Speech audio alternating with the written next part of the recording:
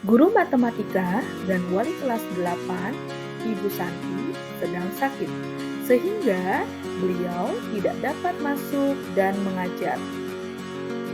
Akhirnya, dicarikan guru pengganti, Ibu Eni. Ibu Eni baru 2 tahun menjadi guru SMP. Beberapa murid perempuan, Vivi dan Natali, mengetahui hal ini dan mulai menggunakan kesempatan dan bersikap seenaknya, tertawa, dan tidak mengindahkan kehadiran Ibu Eni. Ibu Eni mencoba menyapa Vivi dan Natali dengan ramah, sambil mengingatkan mereka untuk tetap fokus pada pengerjaan tugas. Ayolah, tugasnya dikerjakan. Nanti Ibu ditegur Bapak Kepala Sekolah kalau kalian tidak kerjakan tugas. Tolong bantu Ibu ya. Namun, Vivi dan Natali malah jadi tertawa. Ah, Ibu, santai saja, Bu. Mereka tetap tidak mengerjakan tugas dan malah mengobrol. Keesokan harinya, Ibu Santi memanggil Vivi dan Natali serta menanyakan tentang laporan Ibu Eni. Ibu Santi menanyakan apakah mereka bersedia melakukan memperbaiki permasalahan yang ada. Vivi dan Natali sempat ragu-ragu dan membela diri.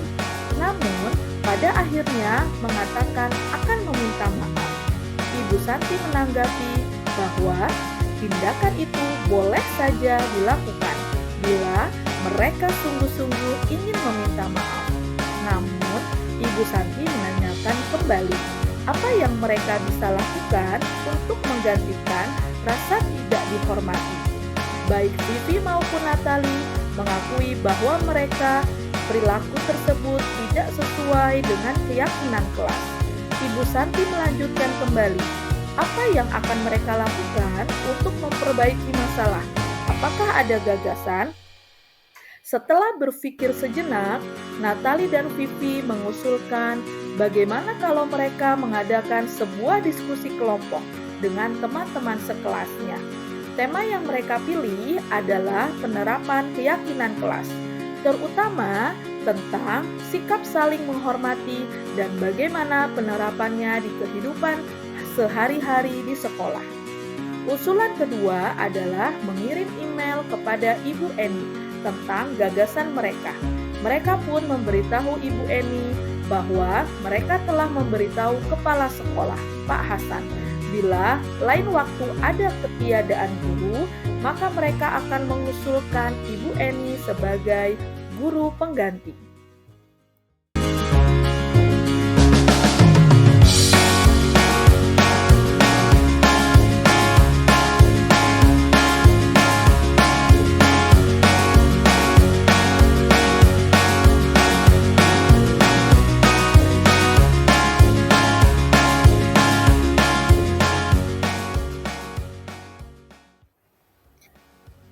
Sabrina hari ini bangun terlambat dan terburu-buru sampai di sekolah. Dia pun akhirnya sampai di gerbang sekolah, tapi baru menyadari kalau tidak menggunakan sepatu hitam seperti tertera di peraturan sekolah. Di depan pintu kelas, Bapak Lukman memperhatikan sepatu Sabrina yang berwarna coklat. Sabrina berusaha menjelaskan bahwa dia terburu-buru dan salah mengenakan sepatu. Pak Lukman menanyakan Sabrina, apa peraturan sekolah tentang seragam warna sepatu? Sabrina menjawab, sudah mengetahui sepatu harus berwarna hitam, namun terburu-buru dan salah mengenakan sepatu. Selain tidak mungkin kembali pulang karena rumahnya jauh sekali, Pak Lukman tetap bersikeras pada peraturan yang berlaku dan mengatakan, ya sudah, kamu sudah melanggar peraturan sekolah. Kamu salah, sudah terlambat, salah pula warna sepatunya. Segera buka sepatumu kalau tidak bisa mengenakan warna sepatu sesuai peraturan. Sabrina meminta maaf dan memohon kembali kepada Pak Lukman agar tetap dapat mengenakan sepatunya dan berjanji tidak akan mengulang kesalahannya. Namun, Pak Lukman tidak mau tahu. Tidak, kamu telah melanggar peraturan sekolah. Kalau tidak sanggup ambil sepatu di rumah, atau diantarkan sepatu ke sekolah? Ya sudah, kamu tidak bersepatu saja seharian di sekolah. Sekarang copot sepatumu dan silakan belajar tanpa sepatu seharian.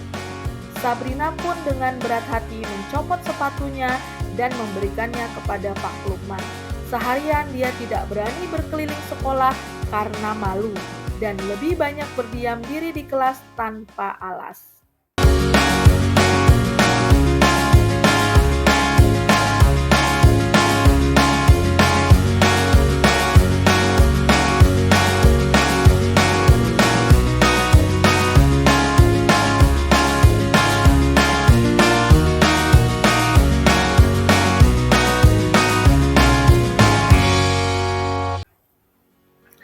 Ibu Dani menjelaskan pelajaran bahasa Inggris di depan papan tulis.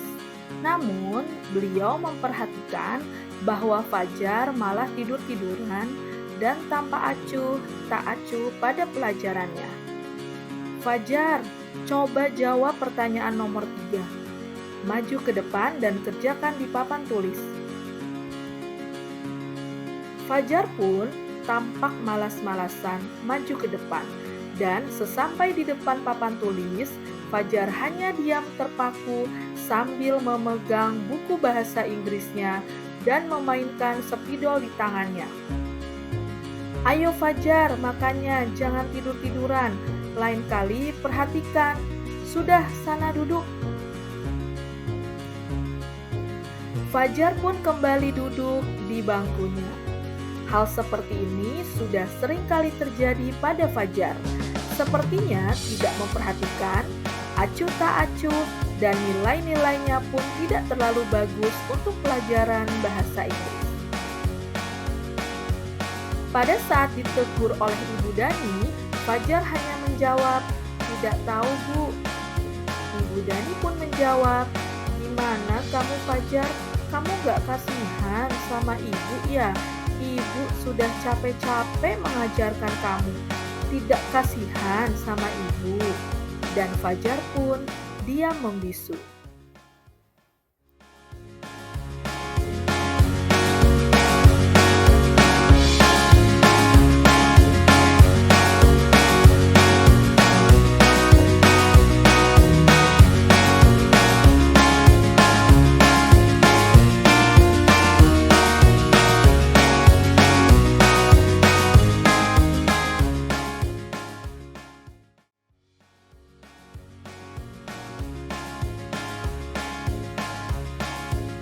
Anto dan Dino sedang bermain bersama di lapangan basket.